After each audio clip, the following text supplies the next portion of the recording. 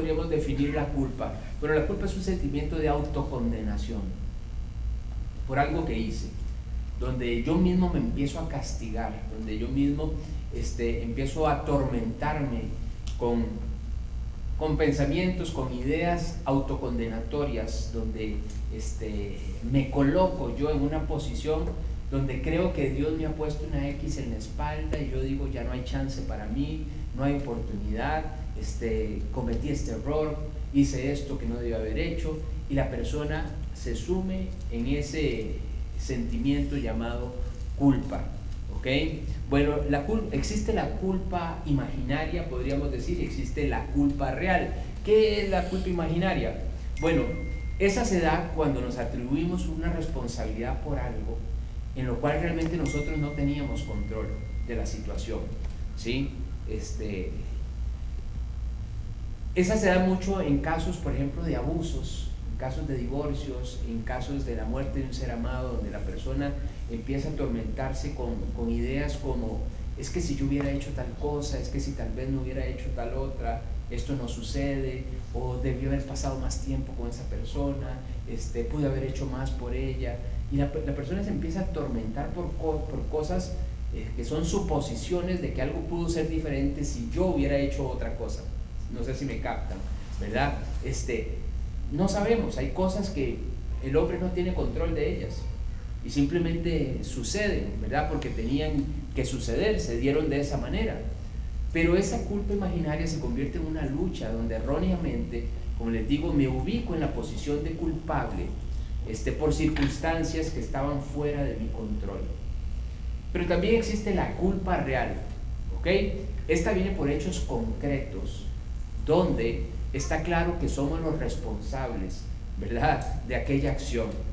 Ahí viene ese sentimiento de juicio, viene ese sentimiento de dolor, de reproche constante por lo que hicimos, ¿ok? La persona se atormenta con pensamientos como, ¿cómo pude hacer eso?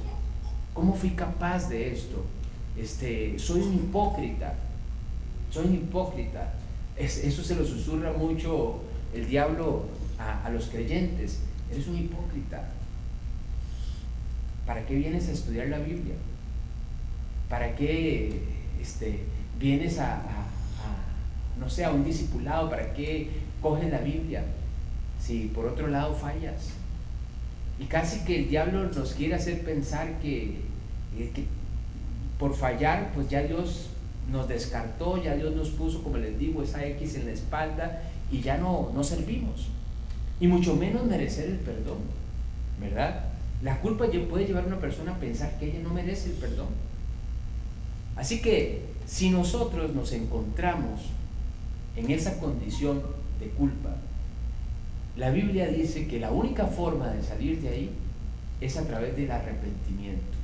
El arrepentimiento es venir delante de Dios y exponerle lo que está mal, sí, reconocer que lo que hice está mal y enfrentarlo delante de Dios, para que Dios lo pueda limpiar, lo pueda sanar y yo pueda seguir adelante.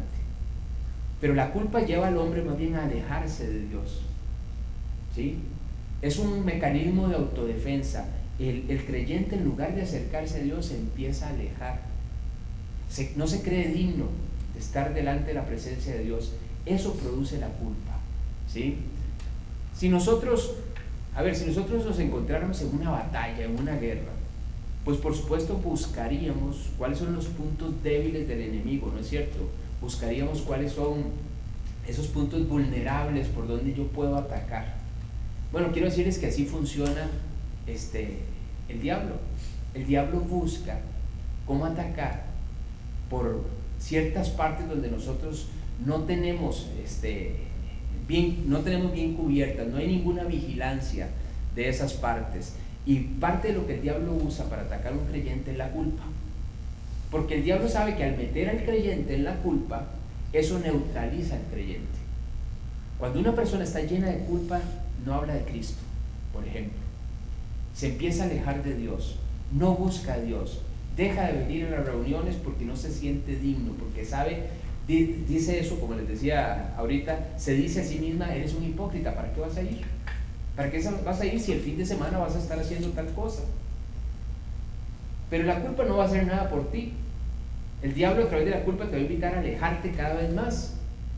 Pero Dios lo que quiere es no que te mantengas en la culpa, no que te quedes estancado en la culpa, sino que te arrepientas, abandones lo que sabes que está mal y te determines a vivir de acuerdo a la voluntad de Dios, ¿verdad? Pero bueno, así trabaja Satanás. Él sabe que perdió nuestra alma, él sabe que nosotros ya no le podemos pertenecer a él, pero va a hacer todo lo posible.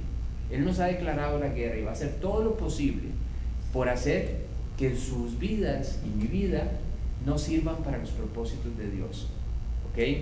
Si nosotros hoy pudiéramos observar el cuartel general de Satanás, pues ahí estarían todos los demonios planeando, ¿sí?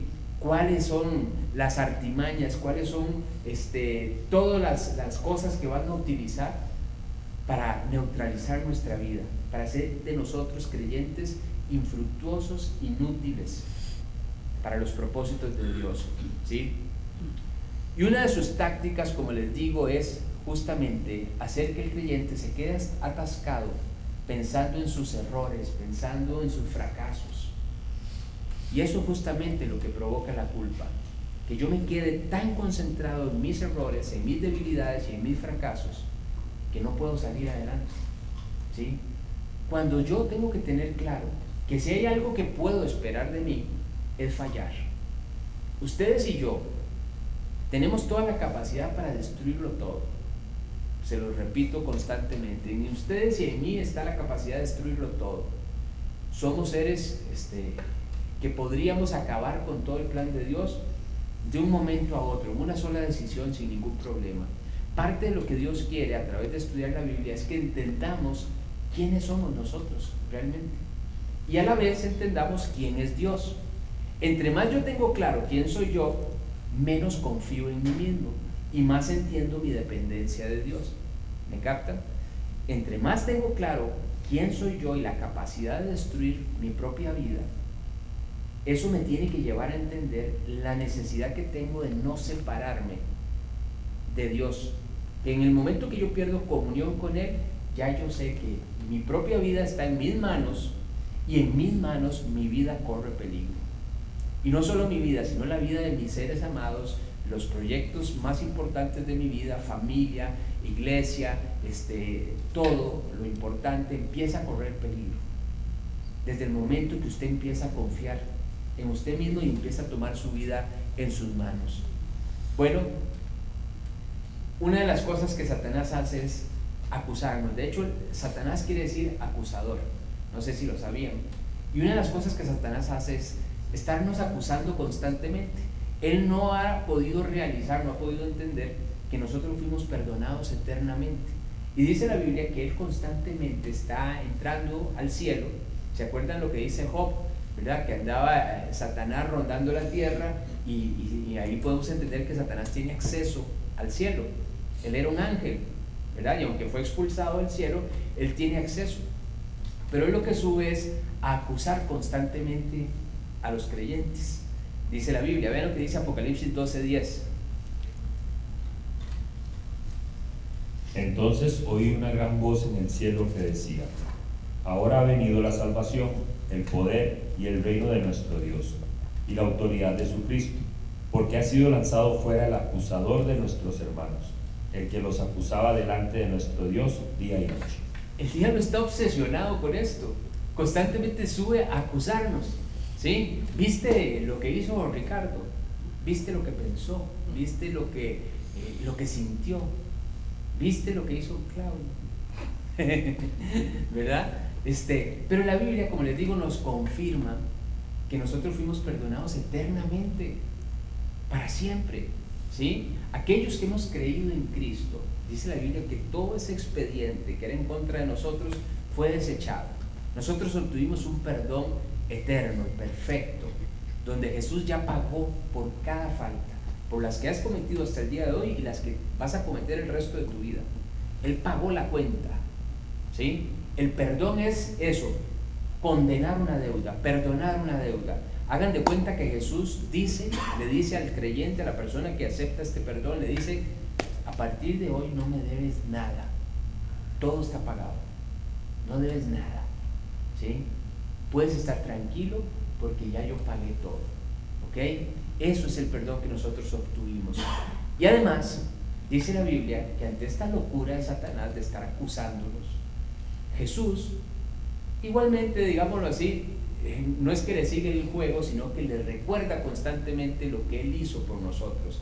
Y dice que Él, como un abogado defensor, constantemente se levanta cada vez que Satanás llega a acusarnos y dice: yo ya pagué por todo eso. Esto que vienes a acusar a mi hijo, ya yo pagué por eso. Y le enseña sus marcas en las manos, seguramente, ¿verdad? Se ven ahí las señales de los clavos, ¿no? Y Jesús interviene como un abogado en defensa nuestra. Primera de Juan 2:1 dice eso: hijitos míos, estas cosas os escribo para que no pequéis, y si alguno hubiere pecado, abogado tenemos para con el Padre, a Jesucristo el justo. Así es, si alguno hubiere pecado, o sea, si alguno de los hijos de Dios hubiere pecado, dice, abogado tenemos para con el Padre, a Jesucristo el justo. ¿Ven? Entonces, si yo fallé, ¿por qué voy a tener temor de venir delante de Dios y decirle: Dios, tú sabes que fallé, tú eres omnisciente, todo lo sabes, más tú sabías que iba a fallar desde antes que lo hiciera? Pero Dios nos ha dado libertad a nosotros, porque alguien podría decir: ay, ¿por qué Dios no intervino y me detuvo? Claro, eso sería muy sencillo, pero Dios te da libertad de poder escoger. Mira que te pongo delante la vida y la muerte, la bendición y la maldición. Y Dios dice: escoge pues la vida. Pero Dios nos pone delante de esas dos opciones. ¿Qué vas a hacer? ¿Lo que yo te digo o lo que tú quieres? Entonces Dios te da libertad.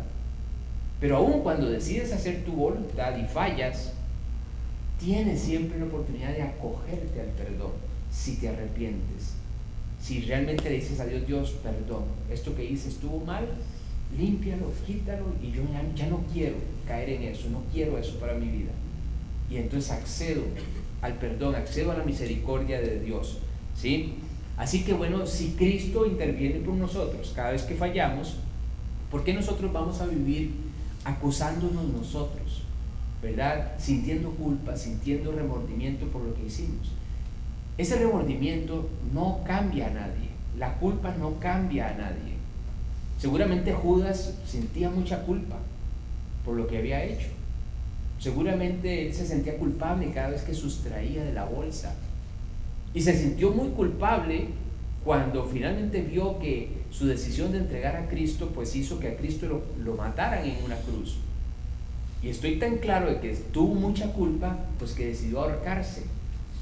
Si él se hubiera arrepentido en ese momento y le dice a Dios: Dios, perdóname, cometí una locura, cometí un grave error, pero estoy arrepentido, perdóname, haz algo, Dios lo hubiera perdonado, sin ningún problema lo hubiera perdonado, como perdonó al ladrón de la cruz, que había vivido como un malhechor, ¿verdad? Pero si ese ladrón se hubiera llenado de culpa y estoy aquí porque lo merezco, y solo culpa y culpa, eso no cambia a nadie. La culpa no cambia a nadie. Una cosa es remordimiento, ¿verdad? Y otra cosa es arrepentimiento. El arrepentimiento sí cambia, el arrepentimiento sí da un giro a nuestra vida.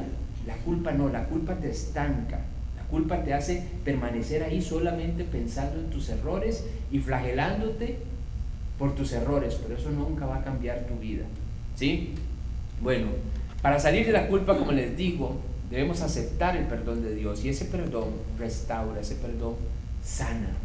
Eso es lo que hace el perdón de Dios, porque teóricamente puedes saber que sí, que Dios perdona, pero ese perdón no se hace efectivo hasta que realmente reconoces tu error y lo enfrentas delante de Dios. Dios solo va a intervenir en lo que enfrentas delante de Él. La culpa hace pensar a la persona que no merece ese perdón. Les decía, es que no soy merecedor de ese perdón. Pero eso es la culpa lo que lo hace pensar así. Lo hace dudar del perdón de Dios. Todos hemos experimentado culpa en algún momento, seguramente. Todos, ante nuestros errores y caídas o por aquellas estructuras equivocadas que constantemente nos avergüenzan, tal vez, ¿verdad? Hemos caído en la culpa. Y la única forma de salir de ese hueco llamado la culpa, como les decía, es el arrepentimiento genuino, cuando reconoces eso que está mal.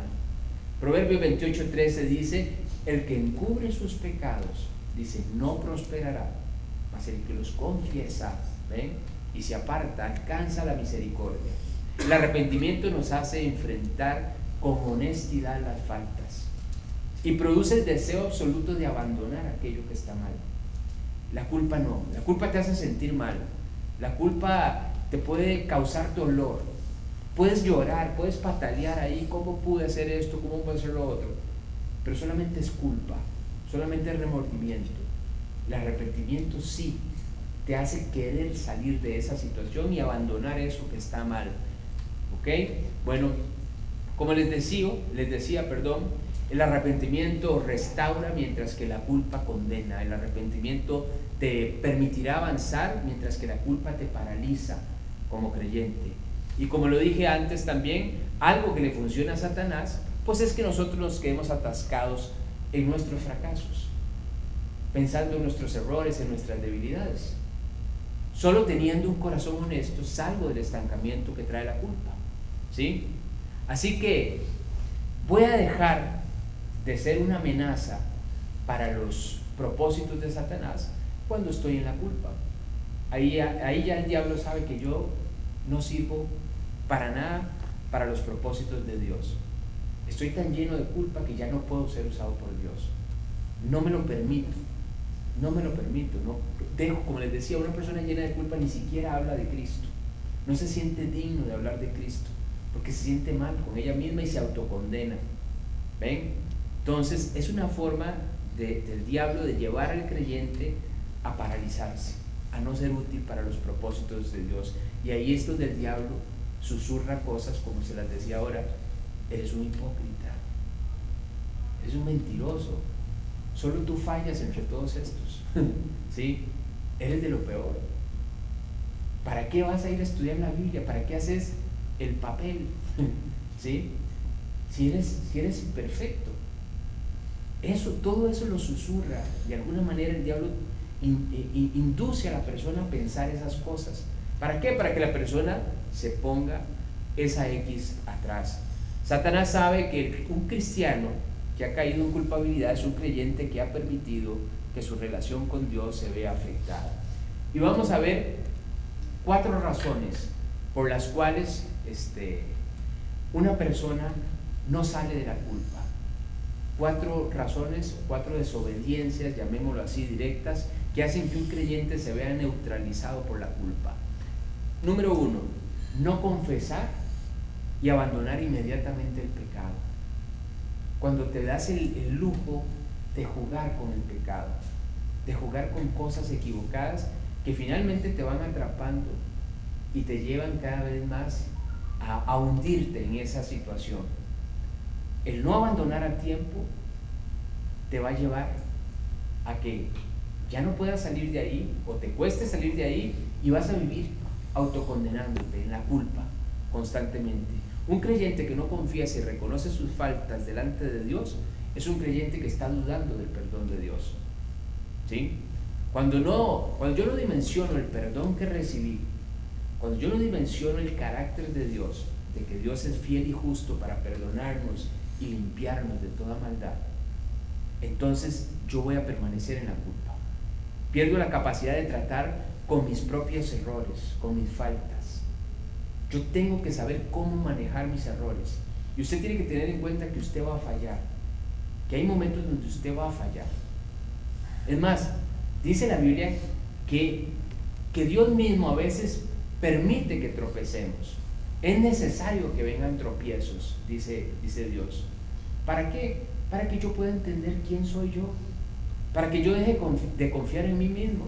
¿Usted cree que esa lección que se llevó Pedro, cuando Pedro empezó a confiar en sí mismo y dijo: Señor, aquí todos te pueden negar, pero yo no te voy a negar, yo contigo voy hasta la muerte, Señor, no te preocupes, yo voy a estar contigo hasta la muerte?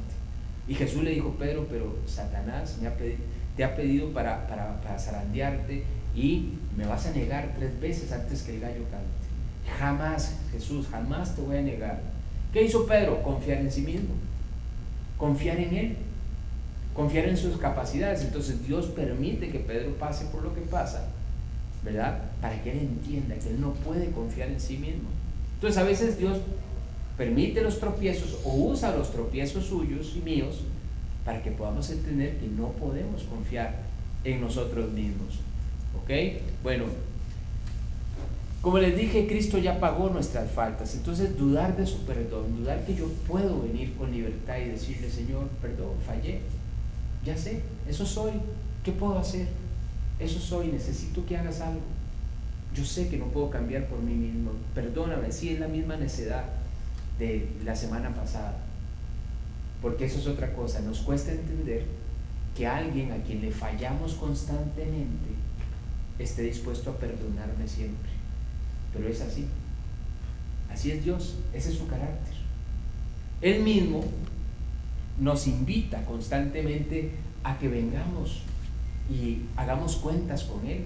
Él mismo nos lo pide. Vean lo que dice Isaías 1:18. ¿Sí? Venid luego, dice Jehová, y estemos a cuenta. Si vuestros pecados fueren como la grana, como la nieve serán emblanquecidos. Si fueren rojos como el carmesí, vendrán a ser como blanca lana. Así es, Él siempre está dispuesto a perdonar y a limpiar nuestra vida. Él dice: venid, estemos a cuentas. Ven, cuéntame sin problema qué pasó, qué fallaste. Y le cuentas a Dios tus faltas, tus fallos, no los justificas, que ese es otro de los grandes errores que vamos a ver ahorita, el justificar nuestras faltas. ¿Sí? Vengo y le digo a Dios: Dios, esto está mal, Dios, tengo esta estructura, Dios, tengo esto, no puedo salir de aquí, Dios, haz algo, ayúdame. Esa honestidad, esa disposición de confiar en que Dios me va a perdonar y me va a sacar adelante, va a hacer que yo pueda salir de la culpa. Pero la culpa te hace pensar que Dios te ha puesto esa gran X, te hace pensar que ya no tienes oportunidad, te hace pensar que Él te ha desechado, que Él ya no te va a tomar en cuenta para nada, porque eres imperfecto, ¿sí? Pero dice la Biblia que Dios es un Dios que siempre está dispuesto no solo a perdonar, sino que siempre está dispuesto a empezar de nuevo, ¿sí? Dice la Biblia que sus misericordias son nuevas cada mañana. Esto quiere decir que Él cada mañana está dispuesto a empezar de nuevo. Si fallaste ayer, Él se levanta, si es que Él se acostara o no se acuesta, ¿verdad? Él cada día despierta con la ilusión de empezar de nuevo, ¿sí? Mientras la persona que está en culpa piensa que seguro Dios ni siquiera lo quiere ver, y más bien Dios está deseando: hoy sí vamos a caminar juntos, hoy vamos a poder enfrentar todas esas tentaciones juntos. Eso es lo que Dios quiere. Por eso dice la Biblia que sus misericordias son nuevas cada mañana. Vea lo que dice Lamentaciones 3:22 al 23. Por la misericordia de Jehová no hemos sido consumidos, porque nunca decayeron sus misericordias. Nuevas son cada mañana, grande es tu fidelidad. Grande es su fidelidad, exacto. Grande es su fidelidad. Como les decía, el mismo Judas, habiendo entregado a Cristo, si él se hubiera arrepentido, Dios hubiera estado dispuesto a perdonar, a limpiar, a dejar todo en blanco. Judas, aquí no pasó nada, no te preocupes, todo está bajo control, ¿sí? Pero no, él se llenó de culpa simplemente, y por eso se termina ahorcando, como les decía. La culpa te hace sufrir, pero no te hace cambiar. Pero venir a Dios con la actitud correcta, buscando una limpieza profunda, nos va a llevar a experimentar el amor misericordioso de Dios. David, dice la Biblia que David cometió un garrafal error. David fue un gran hombre de Dios, un hombre, ¿verdad?, extraordinario, que Dios usó de manera extraordinaria. Pero dice la Biblia que David cometió un adulterio, ¿sí? Recuerden la escena. David ve a una mujer que se estaba bañando. Esa mujer se llamaba Betsabé, era la esposa de un hombre llamado Urías, que era un hombre que pertenecía al ejército de Israel. Y David toma a esa mujer, que no era de él, obviamente, era esposa de Urías, y se llega a ella, tiene relaciones con esta mujer y a consecuencia de ese pecado esa mujer queda embarazada. Entonces David en su pecado, en su maldad, porque el pecado te va hundiendo más y te va llevando a peores cosas, ¿verdad? No es algo con lo que puedes jugar. David decide buscar una salida a ese problema y entonces manda a traer a Urías, el esposo de la mujer, y le da de comer y le da a beber vino para que él se ponga contento, ¿verdad? Y le dice, vete a tu casa y estás con tu mujer. ¿Cuál era la idea de David? Pues que Urías estuviera con su mujer y él creyera que el niño que estaba esperando a aquella mujer, la esposa de ella, era de él, cuando en realidad era la consecuencia del pecado, era consecuencia de la falta de David. Dice la Biblia que aquel hombre, en lugar de irse a su casa, se quedó a cuidar la puerta del rey, ¿no? Se quedó a cuidar al rey. Era tan fiel Urías que se quedó. No hizo lo que David esperaba. Claro, todo permitido por Dios, por supuesto. Entonces David sigue tratando en su necedad de buscar una salida a su problema, ¿verdad? A la consecuencia de su problema, a la primera consecuencia, porque hubo muchas consecuencias de esa desobediencia. Y entonces le dice al coronel del ejército que mande a Urías al frente del batallón, a la primera línea de ataque. ¿Con qué razón hace esto? Para que lo maten. O sea, David es un asesino en un sentido, él es un homicida intelectual de la muerte de este hombre, ¿ok? Hace todo para que lo maten y finalmente lo matan. Y una vez que lo matan a Urías, pues David toma por mujer a Betsabé. Ese pecado trajo muchísimas consecuencias. Yo me imagino también lo culpable que se sentía David, porque cuando el niño nace, el niño muere, para empezar. Ahí empiezan las consecuencias. Y David tuvo que pagar de muchas formas ese pecado. Y él se pudo haber quedado en la culpa, donde estuvo por un tiempo, dice la Biblia. Pero llegó un momento donde él se arrepintió, donde él le clamó a Dios y le suplicó a Dios limpieza profunda por aquel pecado, limpieza profunda por aquellas estructuras que él se había dado cuenta que estaban en él. Él no se quedó en la culpa, no se estancó ahí. Buscó al Dios que es perdonador, al Dios que limpia, al Dios que restaura, al Dios que da nuevas oportunidades. Y dice la Biblia que Dios finalmente restauró la vida de David. Dios escuchó lo que David suplicó, esa limpieza profunda, ¿sí? Restauró su vida y por supuesto David tuvo que pagar de muchas formas su pecado, pero finalmente Dios usó la vida de David otra vez, ¿sí? Vean lo que dice el Salmo 51 del 1 al 2. Ten piedad de mí, oh Dios, conforme a tu misericordia, conforme a la multitud de tus piedades, borra mis rebeliones. Lávame más y más de mi maldad y límpiame de mi pecado. Esta es parte de la oración de David. Todo el Salmo 51 habla de esa búsqueda de limpieza, de perdón, de que Dios quite y borre todas esas estructuras equivocadas. Porque una cosa es que Dios perdone la falta, pero más profundo hay estructuras que me hacen volver a caer en esa misma falta. Yo puedo venir y reaccionar mal con Randall y decirle a Randall, pedirle a Dios perdón y pedirle perdón a Randall, pero detrás de eso puede haber una estructura que siempre me hace caer en eso. Eso es más profundo todavía. Por eso tenemos que pedir limpieza profunda. Por eso David usa aquí palabras como límpiame profundamente, como con hisopo, ¿verdad? Limpia mi pecado, lávame más y más y más, dice David. Entonces David no se quedó en la culpa, David buscó el perdón y la limpieza de Dios. Y repito, Dios lo restaura y lo vuelve a usar a pesar de la falta que cometió. Es que estamos hablando que es adulterio y hay homicidio. O sea, no es que estaba hablando mal del prójimo, no es que, no sé, cualquier cosa, aunque Dios no hace acepción de pecados. Para Dios pecado es pecado, pero por supuesto era una falta muy grave y hubo una gran consecuencia para David. pero vino el perdón, vino la restauración. Él no se quedó sumido en la culpa, ¿sí?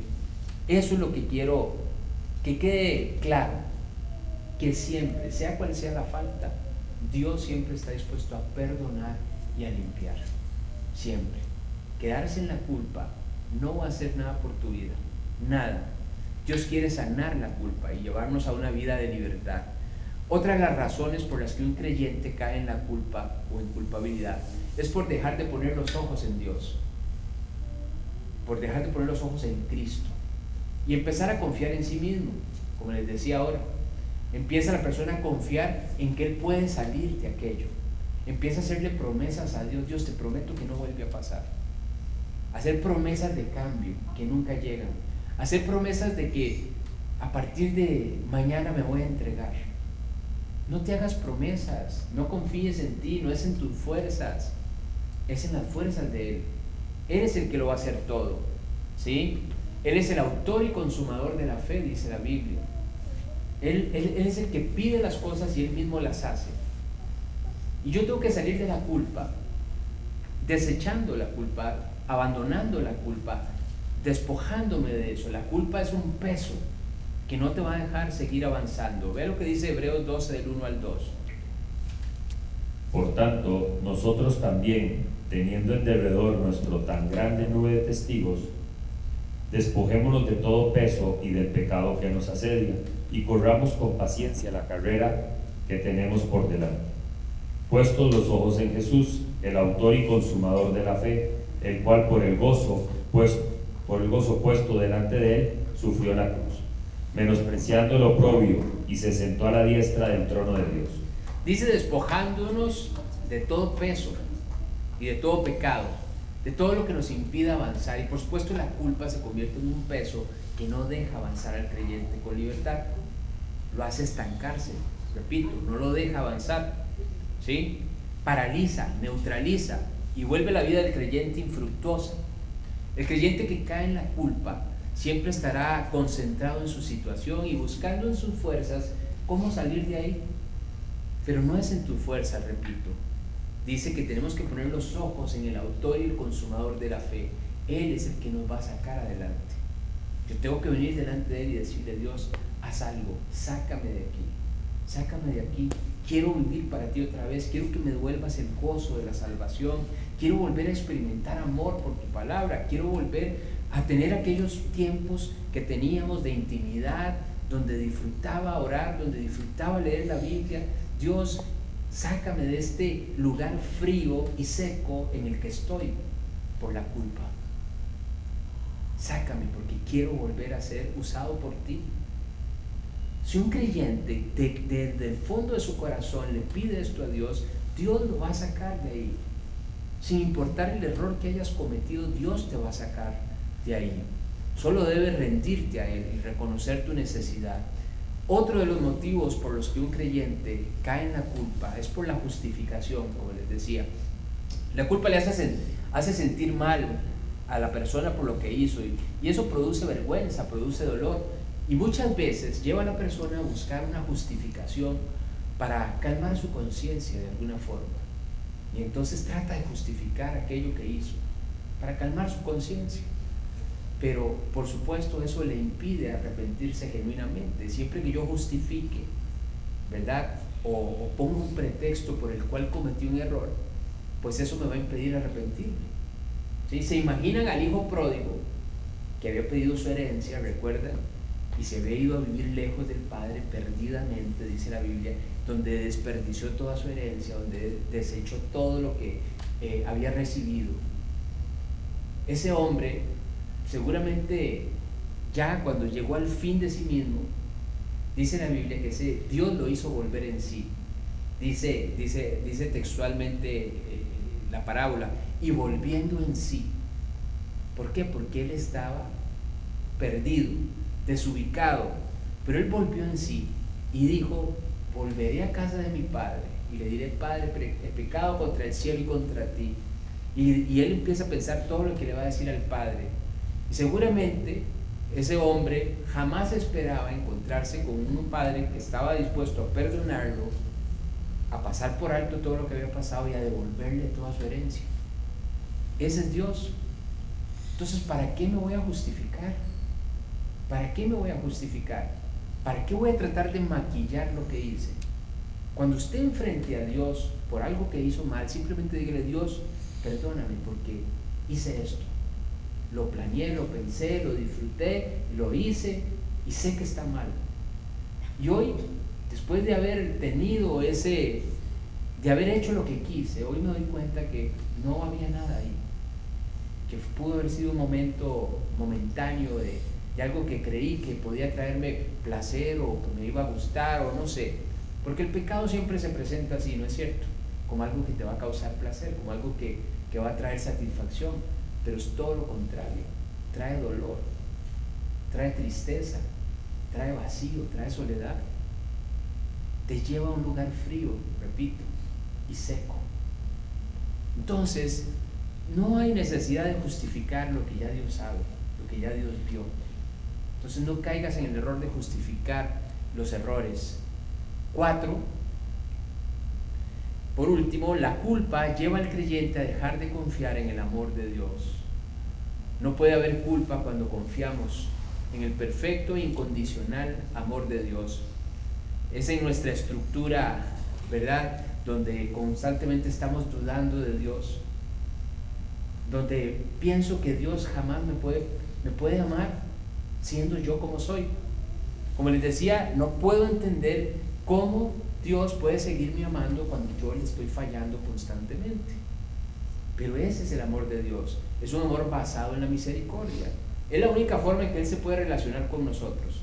Si no, sería imposible. Misericordia es la decisión de Dios de no cambiar su amor hacia nosotros. Nos ama con un amor perfecto, con un amor que no cambia, ¿no? Bueno, por eso les decía que Pedro, a pesar de haber fallado, a pesar de haber negado a Cristo 3 veces, nos encontramos a un Pedro en una esquina, ya cuando Jesús había resucitado, y Pedro lleno de culpa, ¿verdad?, por lo que había hecho, triste, cabizbajo, en una esquina, mientras Jesús comparte con los discípulos, ¿verdad? Jesús empieza a hablar con Pedro, se dirige a Pedro y le dice: Pedro, ¿me amas? Y 3 veces le pregunta: ¿me amas? Pero Dios, o Jesús, lo que quiere es que Pedro entienda que su amor por él no ha cambiado. Pedro, yo te amo igual, no pasa nada, Pedro. Apacienta mis corderos, apacienta mis ovejas. Y Dios lo que está haciendo en ese momento, Jesús lo que está haciendo es restaurando el corazón de Pedro, confirmándole a Pedro que lo ama a pesar de su error, a pesar de haberlo negado 3 veces. Le está diciendo: Pedro, no te preocupes, y además tengo planes contigo, tengo un plan maravilloso para ti. ¿Te acordás que te dije que te iba a ser un pescador de hombres? Pues el plan sigue en pie. ¿Te acordás que te dije que te iba a dar las llaves del reino? También sigue en pie, Pedro. No te preocupes. Lo mejor está por venir, Pedro. ¿Sí? Seguro Pedro pensaba en su culpa: lo decepcioné, le fallé.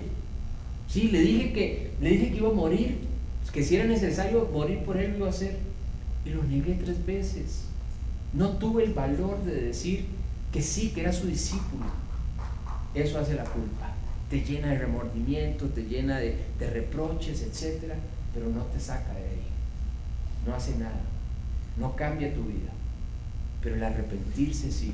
El confiar en el amor de Dios sí. El confiar en su perdón sí. ¿Se han sentido ustedes así alguna vez? Con culpa, donde creen que tal vez Dios ya los desechó. Bueno, yo sí me he sentido en algún momento con culpa, tal vez que no soy lo suficientemente capaz de poder ser quien quiero ser como creyente. Pero cada vez que me he sentido así, Dios, con su amor, con su misericordia, me saca otra vez, me recuerda que Él me ama, me recuerda que Él está dispuesto a perdonar y a limpiar las cosas que estén mal, que lo único que tengo que hacer es abandonar lo que está mal y seguir adelante. Jesús, como les digo, quería que Pedro entendiera que él no había cambiado para nada con él, ¿sí? Bueno, la persona que ha fallado por la culpa y por dudar del amor de Dios va a empezar a alejarse de Dios. Hay un estudio que habla de la culpa que dice que cuando usted le debe dinero a alguien, usted busca cómo no toparse a esa persona, ¿verdad? Si usted lo encuentra en el súper y lo ve en el pasillo tal, usted se va para el otro pasillo para no topárselo porque no tiene cómo pagarle, tal vez. Bueno, cuando una persona está en culpa, cree que le debe a Dios, entonces se aleja de Dios. Es un mecanismo de autodefensa. La persona que está en culpa empieza a alejarse de Dios. Ya no quiere tener compañerismo con otros creyentes. Ya no quiere venir a las reuniones porque se siente culpable. Se empieza a alejar de Dios. ¿Ven? Entonces, es uno de los grandes efectos que trae la culpa. Para terminar, quiero que leamos Colosenses 1, 21, 22 y con esto terminamos. Y a vosotros también, que erais en otro tiempo extraños y enemigos en vuestra mente, haciendo malas obras, ahora os ha reconciliado en su cuerpo de carne, por medio de la muerte, para presentaros santos y sin mancha e irreprensibles delante de Él. Cuando recibimos a Cristo, Él nos reconcilió con Dios y fuimos perdonados. Dice que Él nos presenta santos y sin mancha, irreprensibles, o sea, perfectos. Posesionalmente somos santos, sin mancha, declarados justos por Cristo, ¿sí? El entender este nivel de amor y de perdón hará que queramos corresponder, ¿sí? Con amor, con obediencia a aquel que hizo esto por nosotros, definitivamente. El no entender esto hará que el creyente quiera seguir justificando y encontrando razones válidas en su mente que expliquen por qué falla. Es muy sencillo: fallas porque te alejas de Dios, fallas porque pierdes comunión con Dios, fallas porque no te dejas guiar y gobernar por Él. La única forma de mantenerme a salvo es mantener esa comunión con Él, esa cercanía con Él diaria, constante. Es la única forma, no hay otra forma, ¿sí? Pero si alguno tal vez ha cometido errores y cree que tal vez Dios ya lo desechó o se siente culpable o hoy entendió lo que la culpa hace, pues hoy es un día para que usted traiga delante de Dios eso que usted sabe que Dios tiene que cambiar, eso que usted sabe que Dios tiene que limpiar y sanar de su corazón, eso que no te deja avanzar, eso que te impide vivir dentro de su voluntad, o eso que te hace estar haciendo promesas que nunca cumples. Deja de hacer promesas, deja de confiar en tus fuerzas y simplemente pues reconoce delante de Él tu necesidad para que Él te saque adelante. Vamos a orar para terminar. Vamos a orar y vamos a dar gracias a Dios para podernos ir a casa. Y como les decía, si hay alguien o alguno que sabe y reconoce la necesidad de que Dios limpie ciertas cosas, sane ciertas cosas, ¿verdad? Que tal vez te tienen, tal vez con esa culpabilidad, te tienen en ese lugar que hoy hemos descrito, que no te deja avanzar, pues hoy es un día para decirle a Dios: Dios, tú conoces mi situación, conoces mi vida, conoces mi condición, por favor haz algo, yo quiero vivir para ti, quiero servirte, quiero corresponder al amor que tú tienes por mí, así que haz algo, por favor.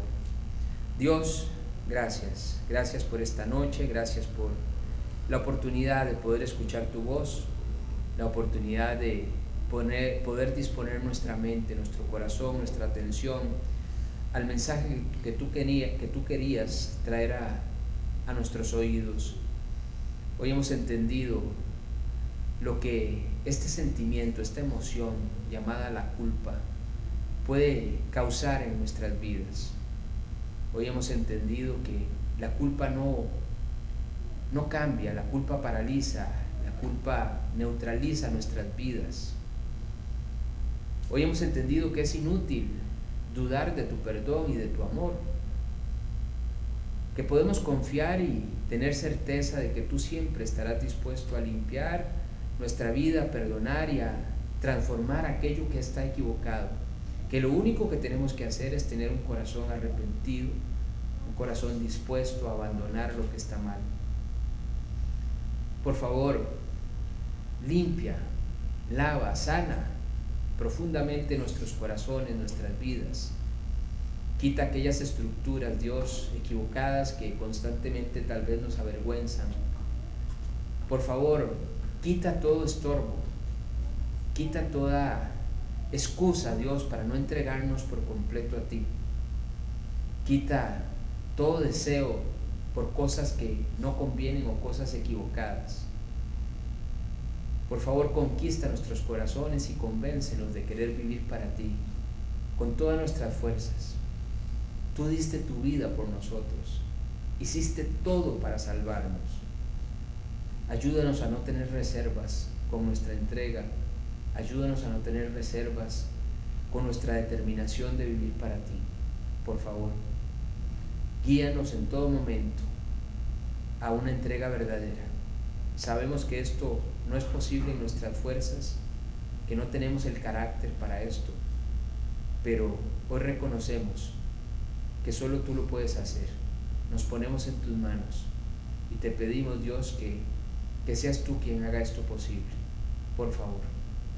Gracias, Dios, gracias por tu palabra, gracias por tus verdades, y ahora llévanos con bien de regreso a nuestros hogares y bendice cada vida, Dios, bendice cada familia aquí representada también, y llévanos con bien, en el nombre de Jesús, amén.